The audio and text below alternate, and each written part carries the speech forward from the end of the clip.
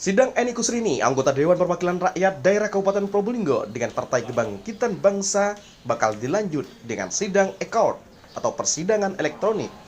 Sebelum dilakukan sidang e-court, sidang dilakukan secara tatap muka di ruang sidang Chandra Pengadilan Negeri Keraksan. Di samping itu, penasihat hukum Eni Kusrini, Hasmoko, mengatakan kalau sidang e-court pada Senin depan, itu agendanya adalah jawaban dari tergugat dan para tergugat. Dalam gugatan itu menyatakan bahwa proses PAW kliennya tidak sah dengan alasan karena kliennya tidak menerima surat keputusan pemecatan dari DPP PKB. Apa sidang yang ada hari ini, Pak? Jadi hari ini agenda sidangnya adalah pembacaan gugatan.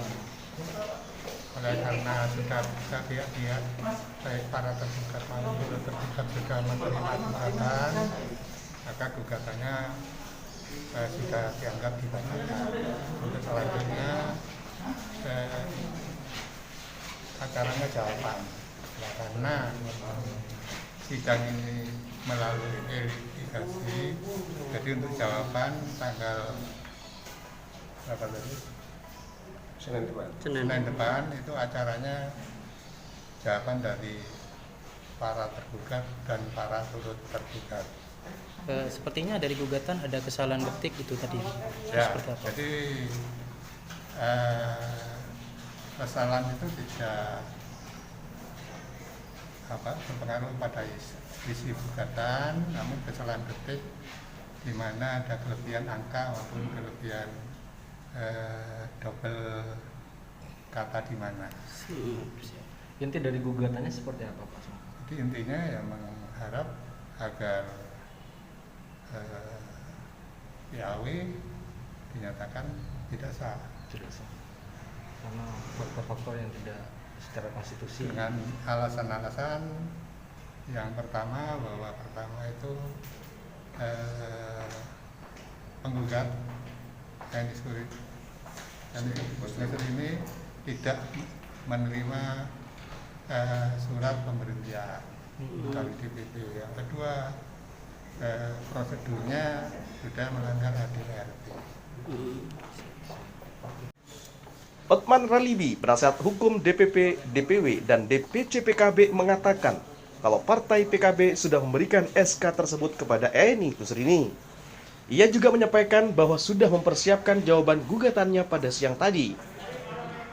Hanya saja karena sidang nanti akan dilanjutkan dengan e-court, maka ia akan mengajukan pada sidang e-court saja. Kalau dari sisi hukum acaranya, ini kan sebenarnya jadwalnya acara jawaban dari tergugat, kami sebagai tergugat. Cuma karena prosesnya nanti jalani secara e-court, maka tadinya sudah siap jawaban sih kami. Cuma karena ini diminta e-court, jadi nanti akan kami masukkan ke dalam e-court pada tanggal Senin tanggal 15 mulainya. Ya. Pak, dari kuasa hukum penggugat tadi meminta ini kan meminta agar PAW ini dibatalkan. Ini seperti apa, Pak?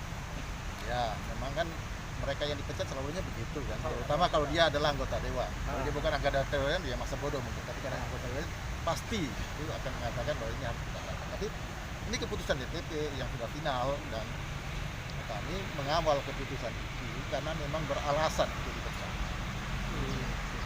Jadi terjadi penggugat ini juga tidak menerima salinan pemecatan SK dari pemberhentian dari DPP itu yang menjadi alasan kuat dari penggugat. Ini seperti apa? Sudah disampaikan. Jadi, saya nggak tahu kalau mereka mengatakan itu, tapi sudah disampaikan dan diteruskan kepada pihak yang sudah disampaikan. Sudah menerima ya? Sudah. Terus kesalahan tadi, Pak, ada kesalahan pengetikan itu seperti apa dari penggugat? Oh, tidak prinsip sih. Hanya ada kata yang double, terus ada 2019 jadi 2020 gitu. Jadi Tidak prinsip. tidak ada perubahan dari isi gugatan. Tidak ada, secara materi tetap. Sementara itu, juru bicara DPC PKB Kabupaten Probolinggo, Mustafa, menyampaikan tetap akan mengikuti apa yang menjadi keputusan pihak pengadilan. Namun hanya saja ia berharap proses sidang e-court ini tidak memperlambat proses persidangan. Ini seperti apa tanggapan ini? Sidang kan dialihkan ke Fitcon, ini seperti apa? Ya, pada dasarnya kami mengikuti seluruh yang menjadi keputusan dari PMI bahwa biar mempercepat katanya. Jadi nanti Senin dan Jumat itu sidang ekot.